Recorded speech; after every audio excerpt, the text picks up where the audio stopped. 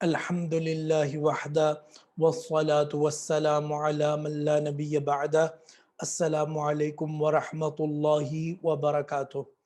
تو بچوں، پچھلے لیکچر میں ہم نے فاشزم اور نازیزم پڑھا تھا، اور اس کے ساتھ ہی ہم نے سرمایہ دارانہ نظام کا اسلامی نظام معیشت کے ساتھ تقابل کیا تھا۔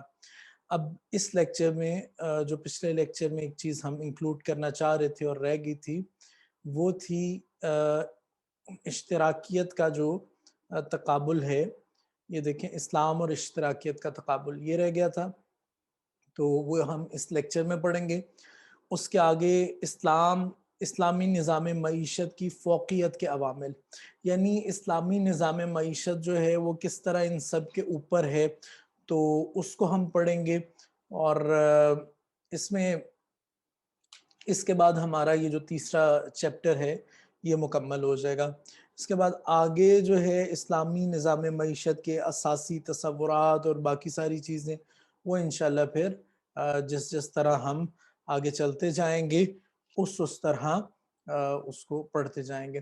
اس کے آگے اب ہم اپنی بک کھول لیں، آج اشتراکیت اور اس کا تقابل اسلامی معیشت کے ساتھ۔ تو یہ دیکھیں آپ کے سامنے یہ بک ہے، اس میں اب آپ کا پیج نمبر ہے 132۔ اس کے اوپر دیکھیں اسلام و اشتراکیت میں تقابل۔ تو اس میں کیا فرق ہے، کیا چیزیں ایک جیسی ہیں، کیا ان میں مختلف چیزیں ہیں، ان چیزوں کو دیکھا جائے گا۔ تو سب سے پہلے جو ہے مقاصد جو ہیں، مقاصد کو دیکھا جائے گا۔ جس طرح سرمایہ دارانہ نظام میں اور اسلامی نظام معیشت میں مقاصد کا ہی فرق تھا، اسی طرح ان دونوں نظاموں میں بھی، اشتراکیت اور اسلامی نظام میں بھی مقاصد کا فرق ہے۔ یہ چیز انڈرلائن کریں کہ ہر دو قسم کی فلاح کو اپنا مقصد قرار دیتے ہیں۔ کہ اسلام انسان کی مادی اور روحانی اور دنیاوی و اخروی، یہ دیکھیں مادی اور روحانی اور دنیاوی اور اخروی، یعنی صرف دنیا اور مادے کی اسے کیا کہتے ہیں فلاح کا نہیں کہتا، بلکہ روحانی اور اخروی فلاح کا بھی کہتے ہیں۔ اور اسی طرح صرف روحانی اور اخروی فلاح کا نہیں کہتا، بلکہ اس کے ساتھ ساتھ دنیا اور اسے کیا کہتے ہیں مادیت کا، یعنی مال کو حاصل کرنے کا بھی کہتا ہے۔ یہ نہیں کہتا کہ بالکل ایک طرف ہو کر پہاڑوں میں جا کر اللہ کا ذکر کرنا شروع کر دو، بلکہ اس طریقے کو اسلام نے پسند نہیں کیا۔ اسلام ان دونوں چیزوں کو اکٹھا لے کر چلتے ہیں، تو وہ ہر دو قسم کی فلاح کو اپنا مقصد قرار دیتے ہیں۔ اچھا، ادھر سیکنڈ لائن پر یہ دیکھیں، یہاں ایک لفظ ایڈ کر لیں کہ اس نے اپنا معاشی تشکیل دیا ہے۔ کیا؟ معاشی نظام، تو اس کو نظام کر لیں۔ آخری لائن پر دیکھیں، اسلامی نظم معیشت کا دائرہ اشتراکی نظام کے مقابلے میں زیادہ وسیع ہے۔ یہ نظم نہیں ہے، یہ نظام ہے۔ الف اس میں رہ گیا، مس ہو گیا، اس کو الف اس میں لگا لیں۔ اس کے بعد یہ ہے کہ وہ کہتے ہیں اشتراکیت اگرچہ سرمایہ داریت سے تھوڑا سا آگے آئی، اور انہوں نے کہا کہ ٹھیک ہے کہ مزدور پر ظلم نہیں ہونا چاہیے اور چیزیں، اور اس کے ہم نے دیکھ بھی لیا کہ یہ صرف زبانی کلامی باتیں تھی، اصل میں ایسا نہیں تھا۔ لیکن بہرحال اس کا دائرہ جتنا وسیع ہے، اسلام کا دائرہ اس سے بھی زیادہ وسیع ہے۔ تو اس کی وجہ یہی ہے کہ صرف مادیت کی بات نہیں کرتے، صرف دنیا کی بات نہیں کرتے، بلکہ روحانیت اور آخرت کی بات بھی ہوتی ہے۔ دوسرا جو فرق ہے وہ ملکیت اور ذرائع کا ہے۔ دیکھیں، اشتراکی نظام میں، سرمایہ دارانہ نظام میں ہر کسی کو ملکیت حاصل تھی، لیکن پورا اختیار تھا، آزادی تھی۔ ٹھیک ہے، اشتراکی نظام میں کیا ہوتا ہے؟ اشتراکی نظام میں وسائل پیداوار کلیتاً، یعنی ٹوٹلی، پورے کے پورے ریاست کی ملکیت ہوتے ہیں۔ اس کے نیچے دیکھیں، افراد محض مزدور کی حیثیت رکھتے ہیں۔ محض میں یہ سواد کی جگہ زواد ڈال لیں، اور وہ صرف محدود شخصی دائرے میں اپنی ضروریات کی اشیاء اپنے پاس رکھتے ہیں، یعنی جتنی صرف انہیں ضرورت ہے، اس سے زیادہ وہ اپنے پاس نہیں رکھ سکتے۔ باقی ہر چیز جو ہے وہ حکومت کے پاس ہوتی ہے۔ جبکہ اسلامی نظام معاشیات میں افراد کو نجی ملکیت کا حق حاصل ہوتا ہے۔ ٹھیک، اور اس کے ساتھ ساتھ ذرائع پیداوار پر بھی ان کا حق ملکیت کو تسلیم کیا گیا. یہ چیز کہ اسلامی نظام معیشت جو ہے وہ نجی ملکیت کا حق بھی دیتے ہیں، لیکن سرمایہ دارانہ نظام کی طرح بالکل اس کو آزاد نہیں چھوڑ دیتا، بلکہ کچھ قوانین اور کچھ حدود کے اندر دیتے، اور اشتراکی نظام کی طرح اسے بالکل قید نہیں کر لیتا، نجی ملکیت کا حق بھی دیتے اور کچھ حدیں بھی اس کے اوپر لگا دیتے ہیں، اس کو محدود کر دیتے ہیں. اس کے آگے آپ دیکھیں منصوبہ بندی میں فرق، تو دیکھیں کہتے ہیں اشتراکی نظام میں پیداواری ذرائع کو ایک جامع منصوبہ کے تحت زیر استعمال لایا جاتا ہے، جبکہ اسلامی نظام معیشت میں کسی جامع مرکزی منصوبہ کا پابند نہیں کرتا، بلکہ آزادانہ طور پر کاروباری فیصلے کرنے کا موقع دیتا ہے. تاہم اسلامی ریاست ملکی مفاد کے پیش نظر بعض شعبوں میں منصوبہ بندی کا طریقہ اختیار کر سکتی ہے. ٹھیک، اسلامی ریاست بھی کر سکتی ہے. اسلام میں منصوبہ بندی حکیمانہ، عقل مندانہ اور ٹھوس ہوتی ہے.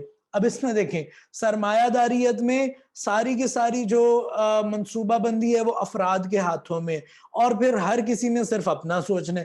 اشتراکی نظام میں ساری کی ساری منصوبہ بندی ریاست کے ہاتھوں میں. اسلام جو ہے افراد کو بھی یہ حق دیتا ہے اور ریاست کو بھی یہ حق دیتا ہے، اس وجہ سے وہ زیادہ حکیمانہ، عقل مندانہ اور ٹھوس ہے. معاونت جو ہے اس میں ہم بات کر چکے ہیں کہ تعاون جو ہے آگے جا کے ہم اس کو پڑھیں گے، تو اسلامی نظام میں تعاون کو بہت زیادہ اہمیت ہے. وہ تعاون جو نہ سرمایہ دارانہ نظام میں ہے نہ ہی اشتراکی نظام میں حقیقتاً ہے. سبھی افراد کو یکساں حقوق و مراعات دیتا ہے، براہ راست امور ریاست میں انہیں شریک کرتا ہے لوگوں کو. اشتراکی نظام میں کیا تھا کہ لوگ حکومت میں انوالو ہی نہیں تھے. سرمایہ دارانہ نظام میں کیا تھا کہ سارا کچھ ہے ہی لوگوں کے ہاتھ میں تھا. یہاں ریاست ہے اور لوگوں کو یہ حق دیا ہے کہ اس میں شرکت اختیار کر سکتے ہیں. اشتراکیت ایک قسم کی آمرانہ حکومت ہوتی ہے، اس میں دم مارنے کی ہمت نہیں ہوتی، حکومت مشورہ لینے کی پابند نہیں ہوتی، جبکہ اسلامی نظام حکومت جو ہے وہ مشاورت سے چلتے ہیں. آزادی کی اگر بات کریں تو دیکھیں سرمایہ دارانہ نظام میں ٹوٹل آزادی ہے، کوئی قوانین نہیں. اشتراکی نظام میں بالکل بھی آزادی نہیں ہے. اسلام جو ہے ان دونوں کے درمیان ایک نظام دیتے ہیں. وہ اگلے پیج پر یہ چیزیں انڈرلائن کر لیں، کافی ہوں گی، کہ ہر چال، فریب، غیر قانونی تدبیر، ہیلے، بہانے اور جھوٹ سے کام لیا جائے اسے کیا کہتے ہیں. مگر اسلام چند حدود و قیود کے اندر لوگوں کو آزادی دیتا ہے اور بلا وجہ کی سختی نہیں کی جاتی. دیکھیں کہ جب اگر آپ اشتراکی اخلاق اس کے سوا کچھ نہیں کہ محنت کشوں کی حکومت کو مضبوطی کے ساتھ قائم کرنے کے لیے جنگ کی جائے، ناگزیر ہے کہ اب وہ ہر چال چلیں گے، فریب کریں گے، قانونی تدبیر، ہیلے، بہانے، جھوٹ سے کام لیں گے، سرمایہ دارانہ نظام میں بھی، اشتراکی نظام میں بھی. لیکن اسلام جو ہے چند حدود و قیود لگا دیتا ہے، آپ یہ کوئی ایسے کام نہیں کر سکتے. مذہب کے حوالے سے دیکھیں ہم پڑھ چکے ہیں کہ اشتراکیت اور اشتمالیت یہ آئی ہی مذہب کے خلاف تھی. تو یہ لینن کو انڈرلائن کریں اور اس میں کریں مذہب لوگوں کے لیے افیون کا درجہ رکھتے ہیں، یہ ہم پڑھ چکے ہیں. وہی چیز انہوں نے دوبارہ ادھر کوٹ کی، کہتے ہیں اشتراکی نظام کا سب سے بڑا دشمن خدا ہے. اس کے بعد وہ کیا کہتے ہیں، اسلام میں مذہب کو کلیدی حیثیت، کلیدی یعنی مرکزی حیثیت اور احکامات الہیہ کے مطابق چلنا پڑتا ہے. یہ فرق ہے. اس کے بعد یہ کچھ کوٹیشنز ہیں، پہلے بھی ہم پڑھ چکے ہیں، انہیں آپ چھوڑ دیں. اگر آپ نے پہلے پڑھی ہیں پڑھیں ضرور، اور وہی ہیں جو پہلے پڑھی ہیں تو آپ کے لیے ایک دفعہ آپ کو سمجھ آ جائے گی کہ ایک آدھ وہی کوٹیشن بیچ میں ڈال دی جائیں. ساتواں ہے ذاتی منافع کا محرک. دیکھیں اشتراکی، یہ انڈرلائن کرتے جائیں، اشتراکی نظام میں ایک فرد فقط ریاستی مشینری کے ایک پرزہ کے طور پر کام کرتے ہیں، اس میں اپنے منافع کا وہ محرک نہیں ہوتا، اس وجہ سے اس میں وہ جذبہ نہیں ہوتا. کاروباری منافع کا کوئی حصہ اسے حاصل نہیں ہوتا، ٹھیک نا، اسے صرف اتنا ہی ملتا ہے جتنا اسے ضرورت ہے، پہلے سے طے شدہ اجرت ہی وصول کرتے ہیں. جذبہ ماند پڑ جاتا ہے، یہ چیز ہم پہلے ڈسکس کر چکے ہیں. اب اسلام میں کیا ہوتا ہے کہ ہر کاروباری آدمی اپنے نفع و نقصان کا ذمہ دار ہوتے ہیں، صلاحیتوں کا مظاہرہ ہوتا ہے، پیداوار میں اضافہ ہوتا ہے، معاشی سرگرمیاں جلا پاتی ہیں. آگے سرکاری اختیارات کو دیکھیں تو کہتے ہیں اجتماعی اور اشتراکی نظام میں ریاست ہمہ مقتدر، ہمہ کہتے ہیں ہر چیز کو، ہمہ مقتدر یعنی اس کے پاس تمام کا تمام اقتدار ہوتا ہے، سب سیاسی معاشی اختیارات کی مالک ہوتی ہے، ہر شعبہ زندگی میں دخل اندازی کرتی ہے، فرد کلیتاً یعنی ٹوٹلی ریاست کے رحم و کرم پر ہوتے ہیں۔ اس کے برعکس اسلامی معاشرے، اس کے نیچے دیکھیں نچلی لائن پر، کہ اسلامی معاشی نظام اپنی داخلی توانائی کے زور پر شخصی قابلیت و صلاحیت آزادانہ طور پر بروئے عمل آ کر اسے حرکت و شخصی قابلیت و صلاحیت آزادانہ طور پر بروئے عمل لا کر اسے حرکت و استحکام عطا کرتی ہے۔ سرکاری اختیارات کا دائرہ بڑا محدود ہوتا ہے، سرکاری اختیارات ہوتے ہیں نا اسلامی ریاست میں، اسلامی معاشی نظام میں، لیکن وہ محدود ہوتے ہیں، محض ایک رہنما اور نگران اور محافظ و اصلاح کنندگان کا کردار ادا کرتی ہے۔ یعنی ریاست کیا ہے؟ وہ رہنما ہے، وہ نگران ہے، وہ محافظ ہے، اصلاح کنندہ ہے، لیکن وہ ہر چیز کے اوپر ایسے نہیں ہے کہ جس طرح اشتراکی نظام میں ہر چیز ہی ریاست کر رہی ہے اور آپ کے ہاتھ میں کچھ نہیں، بلکہ یہاں ریاست صرف گائیڈ کرتی ہے۔ آگے آپ دیکھیں اگلے پیج کے اوپر یہ بھی انڈرلائن کر لیں کہ قواعد و ضوابط کی پابندی کرنی پڑتی ہے، اور ظاہر حکومت کو بھی اور لوگوں کو بھی۔ تقسیم دولت آئیں، تقسیم دولت میں دیکھیں سارے ذرائع حکومت کے قبضہ و تصرف میں آ جاتے ہیں، ٹھیک ہے، اشتراکی نظام میں فقط ضروریات زندگی کو پورا کرنے کا سامان مہیا کرتی ہے۔ اس کے نیچے دیکھیں اس کے برعکس اسلامی نظام معیشت میں دولت کی تقسیم نہایت احسن اور عادلانہ ہے۔ اس میں وہ کیا کہتے ہیں؟ بے جائے ارتکاز کا سد باب کیا جاتا ہے۔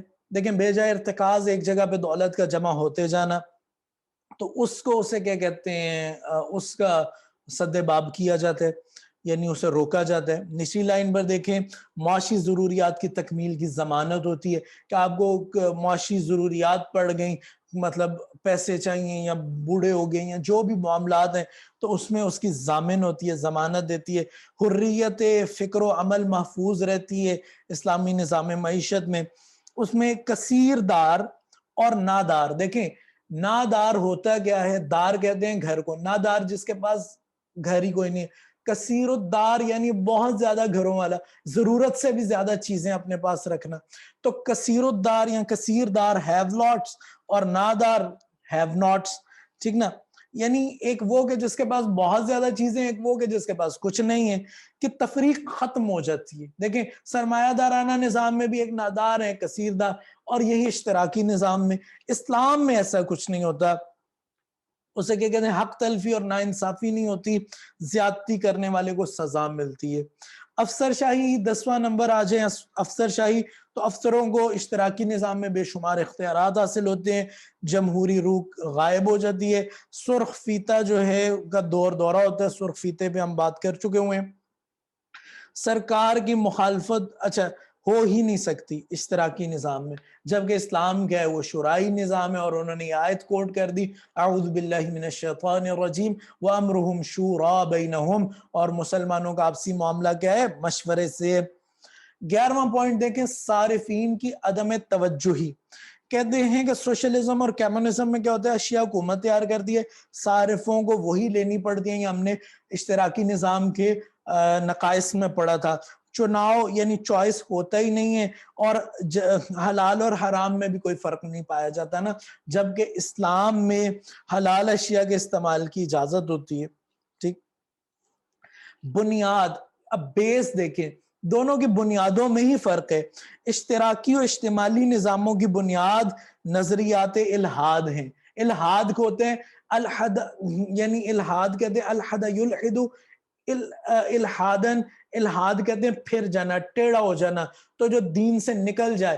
الحاد کا عام طور پر اصطلاحی معنی ہوتا ہے خدا کا ہی انکار کر دینا، دین کو ہی چھوڑ دینا، تو الہاد جو ہے وہ اس کی اشتراکی نظام کی بنیاد ہی الہاد پر ہے، اس میں صحیح و غلط کی کوئی پہچان نہیں ہے، جبکہ اسے کیا کہتے ہیں اس لیے ناپائیدار ہے، جبکہ اسلام جو ہے اس کی قرآنی تعلیمات پر، اس کی اساس ہے احکامات و فرمودات پر ہے، تو وہ مستقل اٹل اس کی نوعیت ہے، حوادث زمانہ سے متاثر نہیں ہوتا۔ تو یہ تھا اشتراکی نظام اور اسلام کا تعارف۔ اب اگلے ٹاپک پر چلتے ہیں، اسلامی نظام معیشت کی فوقیت کے عوامل۔ اور ادھر اگر آپ تھوڑی دیر پاز کرنا چاہیں تو 2 منٹ کا وقفہ لے لیں تاکہ آپ کے ذہن میں چیزیں ذرا درست ہو جائیں۔ تو سب سے پہلی چیز جو آپ نے ادھر درست کرنی ہے وہ ہے سپیریورٹی کے سپیلنگز۔ دیکھیں سپیریورٹی لکھا ہے SUPERIORITY ہے، انہوں نے HTY لکھ دیا ہے، آئے کی جگہ پہ H لکھا گیا ہے۔ اچھا نچلی لائن پہ دیکھیں ترجیحیت لکھ دیا گیا، ترجیحات لکھنا تھا۔ تو اس کے بعد آگے دیکھیں گے اس میں پہلی لائن میں ایک لفظ ہے رفاہیت، رفاہ عامہ، اور رفاہیت وہیں سے۔ تو رفاہ کسے کہتے ہیں؟ وہ کہتے ہیں بھلائی کو، بہتری کو، خوشی کو، یہ لکھ لیں۔ اس کے بعد آپ نے جو پہلی چیز اسلامی نظام معیشت کیوں اسے کیا کہتے ہیں باقی نظاموں سے اس کی فوقیت ہے، ان سے بلند کیوں ہے، فوق کہتے ہیں نا اوپر کو، تو فوقیت اس کا اوپر ہونا، بلند ہونا۔ تو کہتے ہیں نمبر 1 یہ خدائی نظام ہے، کہتے ہیں مگر اس کے مقابلے میں دوسرے تمام نظام ہائے، تیسری لائن کے اوپر ہے کہ مگر اس کے مقابلے میں دوسرے تمام نظام ہائے زندگی چند انسانی دماغوں کی فکری کاوش کا نتیجہ ہے۔ یہ چیز ابھی ہم نے بات کی، اس سے پہلے بھی بات کی۔ یہاں ایک چیز میں وہ ذرا نظام ہائے زندگی، یہاں کچھ بھی آتے ہیں اس کے آگے ہائے لکھا ہوتا ہے، یہ ہائے کیا ہے؟ اصل میں فارسی میں جب غیر جاندار چیز کو آپ اس کا جمع کریں گے تو کچھ اصول بھی ہیں، اور ایک ان میں سے یہ ہے کہ ہا لگا دیا جاتا ہے، ہے الف ہا، وہ جو 2 آنکھوں والی ہے۔ فارسی اور عربی میں ہے دونوں ایک ہی ہوتی ہیں، 2 آنکھوں والی اور یہ ڈنڈی والی ہے میں کوئی فرق نہیں ہوتا۔ تو ہے الف ہا ہوتا ہے، یعنی نظام ہا۔ تو اس سے کیا مراد ہوگا کہ اس کی جمع ہو جائے گی نظام، بہت سارے نظام۔ تو جب اسے نظام زندگی میں کیا کرتے ہیں، زندگی کا نظام، اضافت کے لیے ہم میم کے نیچے زیر دے دیتے ہیں، تو جب ہا کے الف کے نیچے زیر دیں گے تو وہ اس طرح تو نہیں لکھا جائے گا، تو اس کا تلفظ کیا آئے گا؟ ہا اے۔ تو اسے وہ جو زیر ہے اس کو دکھانے کے لیے، چونکہ الف ہے، الف حرف علت ہے، تو بہت زیادہ چیزیں آ رہی ہیں، سمپل یہ ہے کہ ہا ہے اور اسے زیر دینے کے لیے حمزہ اور بڑی یہ سے دکھا دیا جاتا ہے۔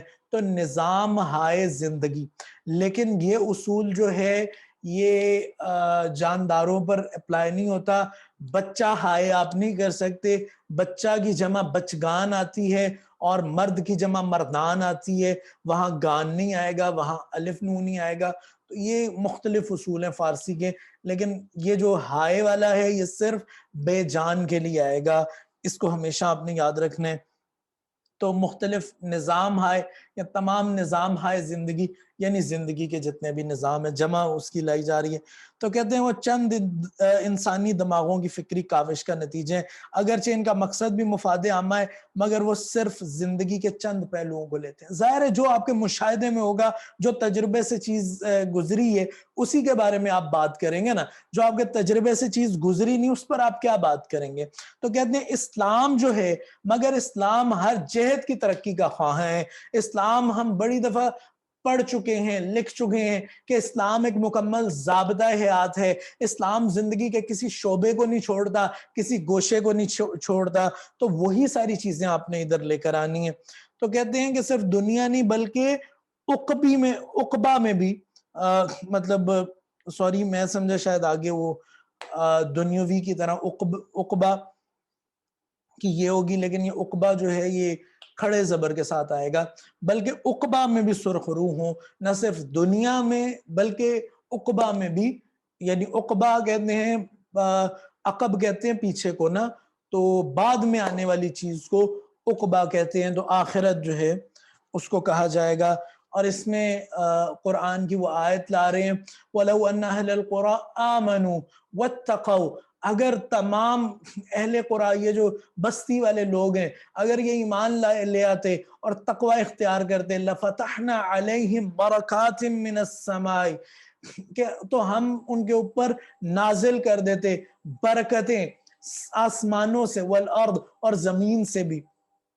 اس کے آگے آپ دیکھیں تو یہ انڈرلائن کریں کہ زمین و آسمان کی برکتیں جو ہماری معاشی فوائد کی تعبیر ہے، انہیں ایمان و تقوی کی قوت سے بھی حاصل کیا جا سکتے ہیں۔ اگر یعنی اس چیز کو جو معاش کس چیز کا نام ہے، یہی زمینی اور آسمانی برکتیں حاصل کرنا، تو اس کو ایمان اور تقوی کے ساتھ جوڑ دیا گیا کہ آپ کی معیشت جو ہے، اگر آپ ایمان لاؤ اور تقوی اختیار کرو تو اللہ آپ کی معیشت کو بھی آسان اور کشادہ کر دے گا، آپ کے رزق کو بڑھا دے گا۔ آگے دیکھیں قرآنی اصطلاح میں اس کا نام حیات طیبہ ہے، یعنی آپ ایمان لے کے آؤ تو اللہ تعالیٰ آپ کو حیات طیبہ دے گا، اچھی زندگی دے گا۔ تو اس سلسلے میں یہ دیکھیں قرآن کی آیات وہ لے کر آ رہے ہیں، وہ کیا کہتے ہیں، من عمل صالحا، جس نے کوئی نیک عمل کیا، من ذکر او انثی، وہ مرد ہے یا عورت ہے، جو بھی ہے، وہو مؤمن، لیکن وہ مومن ہونا چاہیے، لنحیینہ حیاتا طیبہ، تو ہم اسے ایک حیات طیبہ اسے نحیینہ، ہم اسے زندہ کریں گے یا اسے دیں گے، حیاتا طیبہ، ایک پاک زندگی۔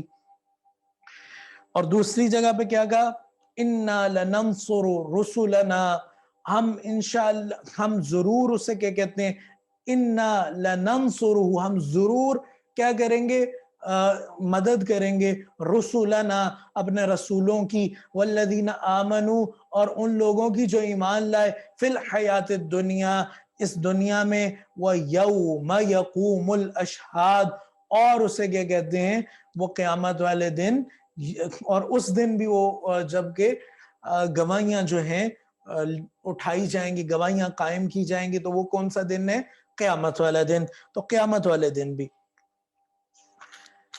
اگلے پیج پہ آپ آ جائیں تو یہ دیکھیں کہ اس چیز کو انڈرلائن کر لیں، اللہ صرف پیغمبروں اور اہل ایمان کی نصرت کا وعدہ اللہ تعالیٰ نے فرمایا، اس چیز کو انڈرلائن کر لیں کہ جو کافر ہوگا اس کی اللہ مدد نہیں فرمائے گا۔ اور اس میں بے شمار ہمارے پاس آیات ملتی ہیں کہ اللہ تعالیٰ نے کتنی ڈیولپڈ قوموں کو، کتنی اسے کیا کہتے ہیں، اتنی مضبوط اور اچھی قوموں کو، ان پر جب عذاب نازل کیا تو گویا وہ جیسے رہتی ہی نہیں تھیں، زمین میں کبھی آئی ہی نہیں تھیں۔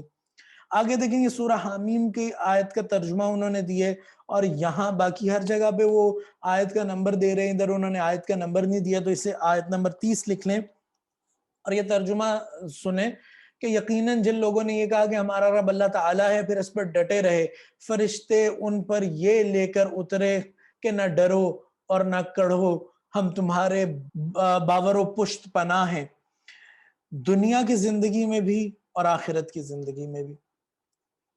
اچھا، اس کے آگے آپ یہ 2 لائنز انڈرلائن کریں کہ گویا خداوند تعالیٰ نے ہر قسم کا ذمہ لے لیا، اب اس پر مسلمان ثابت قدم ہو جائیں، ٹھیک، تو پھر ہی ہے نا انہیں یہ کامیابی ملے گی۔ نیچے دیکھیں، دوسرے نظاموں میں اس قسم کی کوئی حتمی بشارت نہیں ہے، وہ دوسرے نظام آپ کو یہ یقین دہانی نہیں دلاتے کہ اگر آپ اس طرح کریں گے تو آپ کو زندگی بھی آپ کی اچھی ہوگی اور آپ کو فائدہ بھی ہوگا، بلکہ ہم نے دیکھا وہ سبز باغ دکھا کر وہ اس کے بعد کیا کرتے ہیں، لوگوں کو ان کے اوپر ظلم کرتے ہیں۔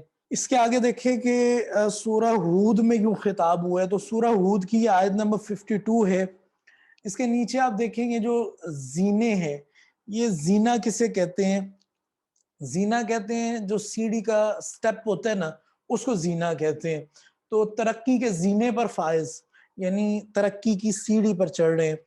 تو زکوٰۃ کی فرضیت دیکھیں، ایک تو پہلے ہم نے جو بھی پوائنٹ ڈسکس کیا وہ سارے کا سارا کیا تھا، یہ خدائی نظام ہے اور وہ کس طرح دوسرے نظاموں سے بہتر ہے۔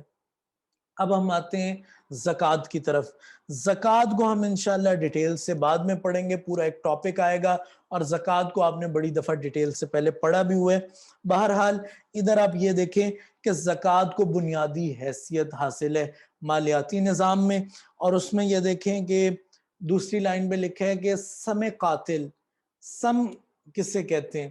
سم کہتے ہیں زہر کو، قاتل یعنی بالکل قتل، ایسا زہر کہ جس سے بندہ قتل ہی ہو جائے۔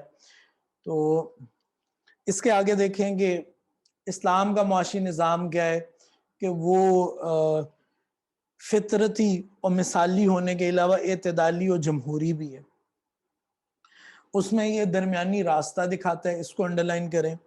اور آگے چل کے یہ دیکھیں نیچے یہ جو ہے سیکنڈ لاسٹ لائن، اس کا نفاذ یقینی بنا کر کے آگے آپ ڈیش لگا دیں، آگے دوسری لائن شروع کریں، دوسروں، یہ رے 2 دفعہ لگی، اس کو کاٹ دیں، کیونکہ اگر آپ اس میں ڈیش نہیں لگاتے تو پڑھتے ہوئے شروع میں ایسے ہی لگتا ہے کہ اپنے ملکوں میں اس کا نفاذ یقینی بنا کر دو، تو یہ کر ہے، دو جو ہے وہ دوسروں کا ہے۔